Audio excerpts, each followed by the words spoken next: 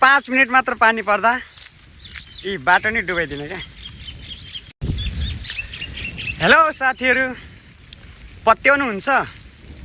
हाम्रो झापामा त अफ सिजनमा पनि पानी पर्छ।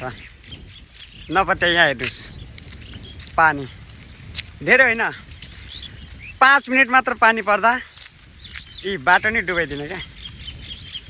यो चाहिँ हाम्रो केपी भएको एरिया, झापा जिल्ला। देशको प्रधानमन्त्री हाम्रो झापा जिल्लाको हो नि त। यहाँ हेर्नुहोस्, हेर्नुहोस् कति रमाइलो बाटो छ नि। यस्तो हुन्छ तपाईँहरूकोतिर हुँदैन।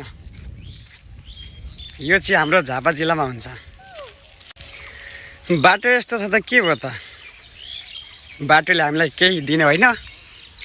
भ्यू टावरहरू भनेको छ त, भ्यू टावरहरू जाने हो, हेर्ने हो है। बाटो किन बनाउनु यस्तै छ, गर्व लाग्छ। हाम्रै झापाको प्रधानमन्त्री हुनुहुन्छ केपी शर्मा ओली है।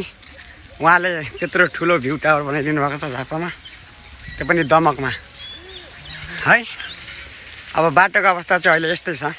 अहिले नै अब बर्सातको सिजनमा चाहिँ यसको हालत कस्तो हुन्छ त्यो चाहिँ थाहा छैन, तर ठिक छ।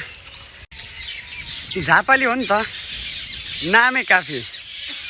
झापा जिल्लामा सप्तक हुन्छ। अझै रोचक रोचक तथ्यहरू देखाउने छु। मेरो भिडियो सेयर गर्नुहोस्, धेरै ठाउँ पुर्याइदिनुहोस्। झापाली, झापा जिल्लामा सप्तक हुन्छ गाइस, हेर्दै जानुहोस्। तपाईँहरूलाई नयाँ नयाँ रोचक रोचक तथ्यहरू देखाउने छु।